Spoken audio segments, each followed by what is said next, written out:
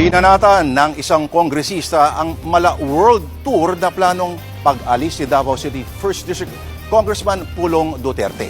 Tanong tuloy niya, kongresista ba o Miss Universe si Duterte?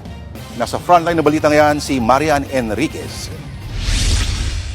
Sa loob ng higit 2 buwan, 17 lugar abroad ang planong bisitahin ni Davao City 1st District Representative Pulong Duterte. Sa hiling niyang travel clearance kay House Speaker Bogie D, 9 na lugar sa Asia ang pupuntahan ni Pulong: Hong Kong, China, Malaysia, Indonesia, South Korea, Japan, Singapore, Vietnam at Cambodia. Bukod dyan, magta-travel din daw siya sa 6 na bansa sa Europa. Pupunta rin si Pulong sa Amerika at Australia. Target niyang umalis simula sa December 15, 2025 hanggang February 20, 2026. Giit ni Pulong, personal travel ito at sarili niya itong gastos. Sabi naman ng Malacanang, bahala na ang kongresista kung gustong mag-around the world. Pero paalala lang daw, lahat ng public servant dapat nagsisilbi sa bayan.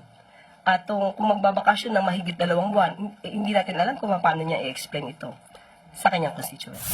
Maging ang ilang kongresista, tumaas ang kilay sa long travel ni Pulong na nataon pa sa investigasyon ng flood control project sa Davao City. Ano ba siya, kinatawan ng distrito o Miss Universe? Huwag naman pahintulutan yan kasi tingin rin ng publiko, abuso ito eh. Nauna naman ang sinabi ni Pulong na hindi siya harap sa Independent Commission for Infrastructure dahil propaganda lang daw ang tingin niya rito. Kung tutusin, hindi ito ang unang beses na humiling siya ng travel clearance sa 17 lugar abroad. Meron din siya mula March 2025 hanggang May 10, 2025. Ilang linggo lang yan matapos arestuhin at dalhin sa The Hague, Netherlands ang kanyang amang si dating Pangulong Rodrigo Duterte.